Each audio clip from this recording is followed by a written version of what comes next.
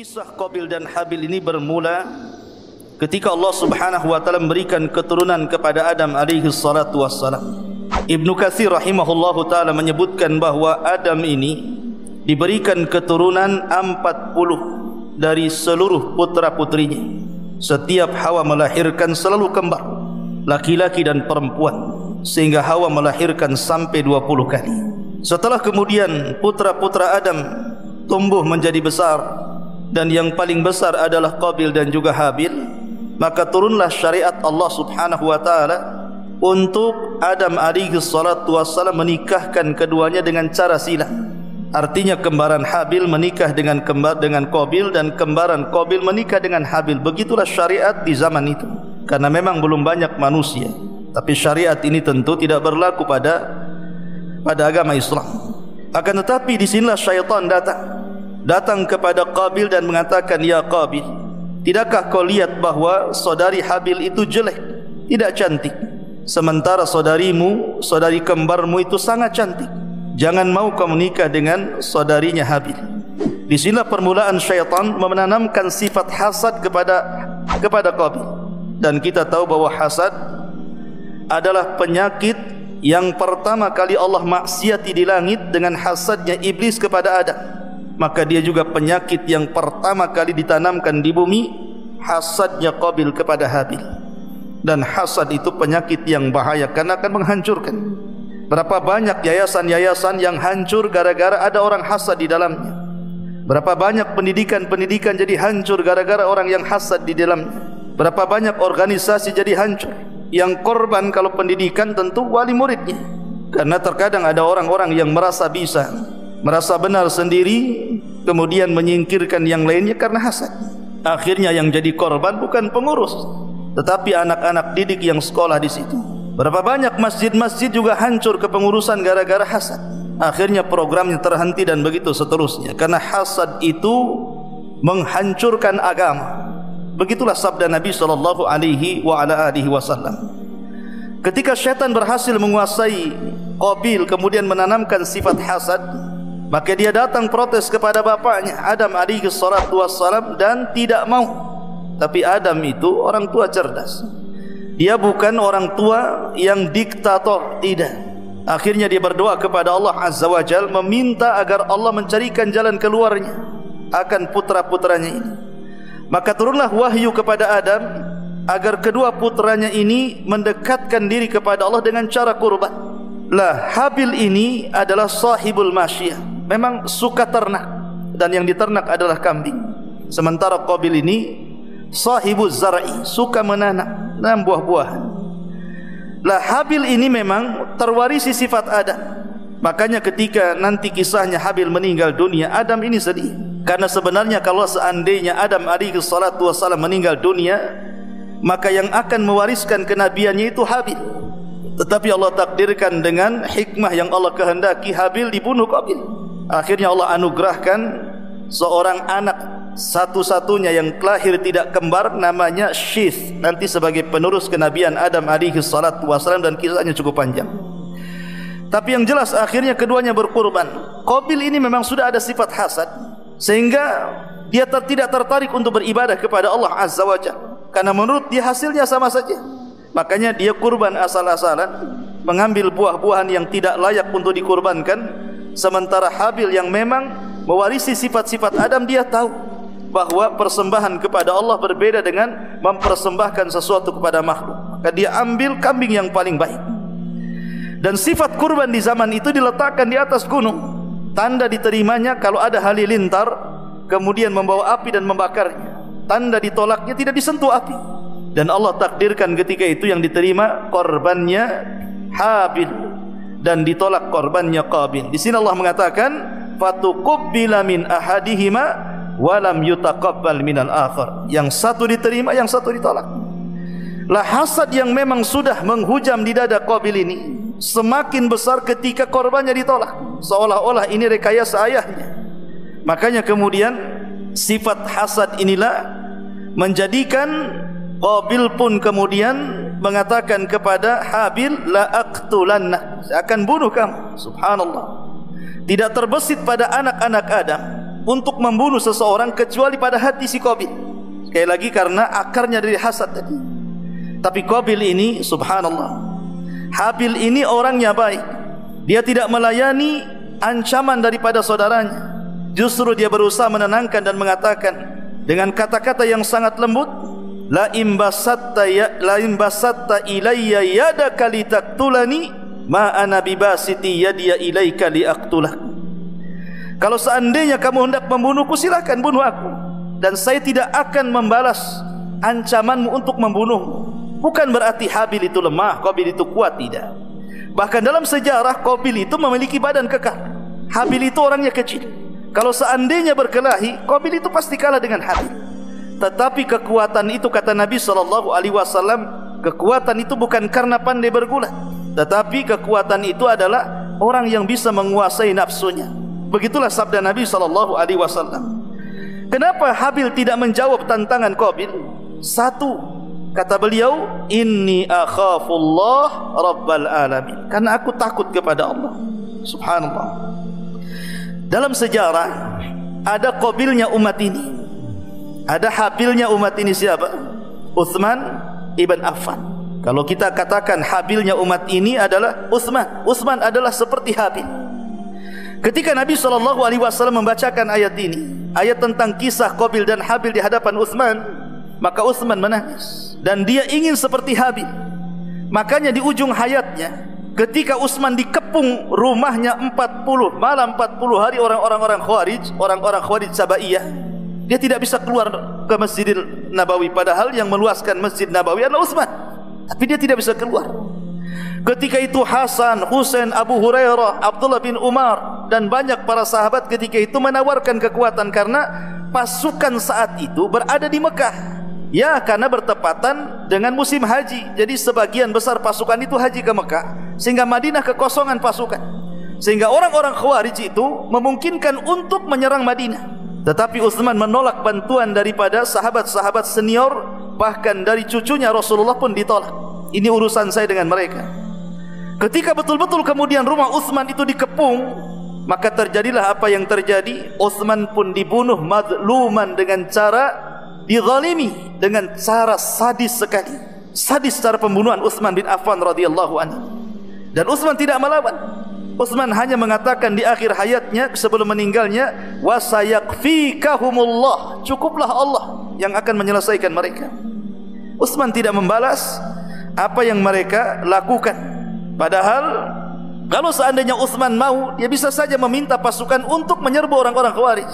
Tapi Utsman tidak, karena dia teringat sabda Nabi SAW ketika Utsman masuk ke dalam kebun, kemudian diizinkan oleh Rasulullah, kemudian Rasul mengatakan, ya Utsman, engkau akan masuk surga, tetapi dengan musibah yang akan kau alami.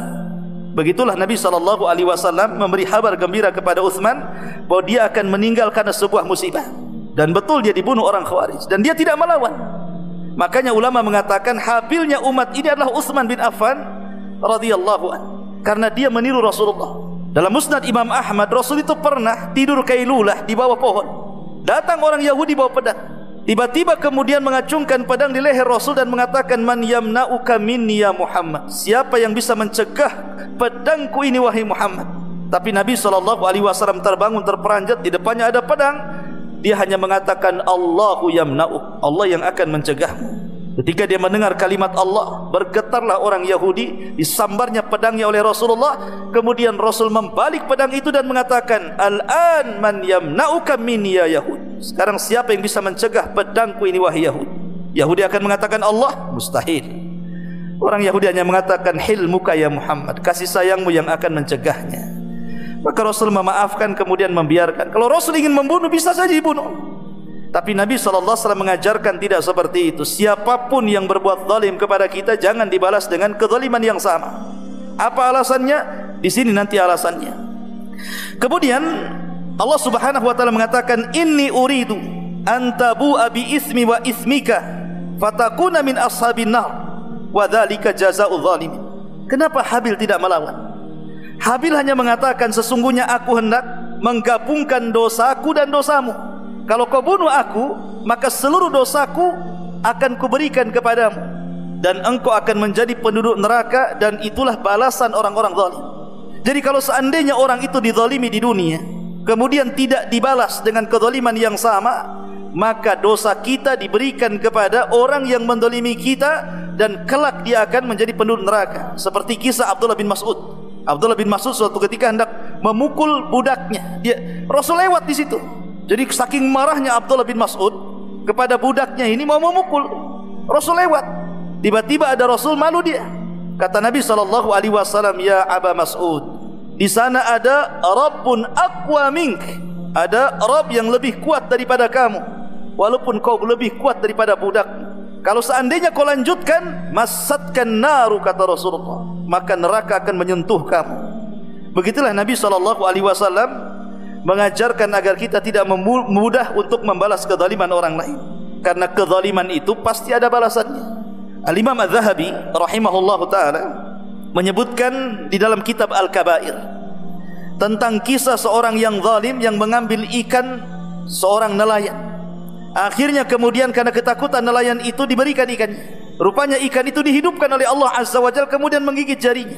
Rupanya gigitan ikan itu menjadikan racun yang menjalar ke tangannya. Di malam hari dia menjerit-jerit, yang tidak tahu sakitnya kecuali Allah Azza wa Jalla. Akhirnya terpaksa diamputasi tangannya. Ketika dokter ini bertanya, tabib ini sang tabib, kenapa sampai racun itu menjalar ke tanganmu? Dia mengatakan, aku pernah mengambil ikannya Fulan bin Alan. Maka dokter mengatakan, sebelum kau datang kemari, kalau kau seandainya mencari orang yang kau ambil ikannya, kau minta maaf kepadanya, niscaya Allah akan sembuhkan penyakitnya. Kalau engkau terus seperti ini, belum minta maaf, maka bisa saja racun ini akan sampai ke jantungmu. Datangi orang itu, minta maaf kepada dia. Akhirnya didatangi nelayan itu, kemudian minta maaf, dan itu setelah dipotong tangannya. Setelah mendapatkan maafnya, maka tiba-tiba racun itu terhenti dan tidak sampai ke jantungnya, dan Allah berikan kehidupan. Bersyukurlah dia. Setelah bersyukur dia, maka dia berteriak-teriak di pasar dan mengatakan, man ra'ani falam yadlim ahada, man ra'ani falam yadlim ahada. Siapapun yang melihatku, lihat patah tanganku, lihat tanganku dipotong karena kezaliman. Siapapun yang melihat aku, jangan pernah berbuat zalim sedikit pun. Ma'asyiral muslimin yang dimuliakan Allah Azza wa Jalla. Maka akhirnya kemudian Qabil pun makin marah kepada Habil. Suatu ketika kemudian Habil ini telat pulang, maka Adam alaihi salatu wassalam mencari-cari mana Habil, karena telat pulang setelah mengembala. Maka Adam memerintahkan Qabil untuk mencari saudaranya. Carilah saudaramu. Maka dicarinya. Disinilah kesempatan setan untuk memperkuat hasadnya Qabil, yang memang sebelumnya hendak membunuh Habil. Rupanya dilihatnya Habil sedang tertidur. Lihat bagaimana liciknya Qabil ini. Dia ambil batu, kemudian dibenturkan di kepalanya, mati. Dari situlah kemudian terjadilah pembunuhan pertama di alam semesta yang dilakukan Qabil kepada Habil, akibat penyakit hasad yang ditimbulkan iblis laknatullah alaih. Dan ini keberhasilan yang gemilang dari iblis, mulai mampu untuk menghasut putra-putra Adam alaihi salatu wassalam. Maka akhirnya kemudian dijelaskan, fatawwa'at lahu nafsahu qatla akhi faqatalah. Maka Qabil pun semakin kuat untuk membunuh saudaranya, dan betul-betul dibunuhnya. Fa asbaha minal khasirin. Jadilah Qabil menjadi hamba-hamba Allah yang rugi. Ma'asyiral muslimin, lah ketika kemudian jasadnya sudah meninggal, dia tidak tahu bagaimana cara menguburkannya, karena memang belum ada orang meninggal ketika itu. Tidak tahu bagaimana cara fardu kifayah bahasa kitanya. Tetapi tiba-tiba fa ba'atsallahu ghuraban yabhathu fil ardi liyuriyahu kaifa yuwari sawata akhi. Maka tiba-tiba Allah kirim burung gagak. Burung gagak ini, ada dua burung gagak bertengkar. Kemudian yang satu gagak ini membunuh gagak yang lain. Akhirnya kemudian setelah mati saudara gagaknya ini, kemudian oleh paruh dan tangannya dikoreklah kemudian bumi itu, dan dimasukkan saudaranya, dikuburkan. Dari situlah Qabil melihat bagaimana cara menguburkan manusia yang meninggal. Makanya di situ akhirnya dia mengatakan, qala ya wailata a'ajaztu an akuna mithla hadzal qura fa uwariya sawata akhi fa asbaha minan nadhimin. Duhai celaka aku, kenapa aku lemah tidak seperti gagak itu? Coba kalau seandainya aku memiliki pengetahuan seperti gagak itu, sudah kukuburkan. Akhirnya kemudian dia pun termasuk orang-orang yang menyesal, bukan karena tobat menyesal, tidak, hanya karena tidak tahu bagaimana memperlakukan jenazah. Maka setelah kemudian Qabil ini pulang dan tidak bersama Habil, tentu Adam alaihi salatu wassalam yang sudah mengetahui hasad Qabil kepada Habil sudah curiga tuh. Ketika betul-betul kemudian mengetahui bahwa Qabil ini membunuh Habil, maka sedihlah Adam alaihi salatu wassalam, menangis terus. Bahkan ibundanya Hawa alaihi salam juga sama. Lah ketika itu kemudian Qabil pun membawa saudarinya kemudian kabur dari atas perbukitan, kemudian mereka tinggal di lembah. Maka disinilah Allah subhanahu wa ta'ala pisahkan dua kelompok. Yang satu kelompok di atas al-haq, pengikut Adam alaihi salatu wassalam, dan satu kelompok pengikut Qabil yang merupakan antek daripada iblis, laknatullah, hidup di bawah, hidup di lembah. Ma'asyiral muslimin yang dimuliakan Allah azza wa jalla, dari sinilah Nabi sallallahu alaihi wasallam mengingatkan kita dalam sebuah hadis Nabi sallallahu alaihi wasallam, la taqtulu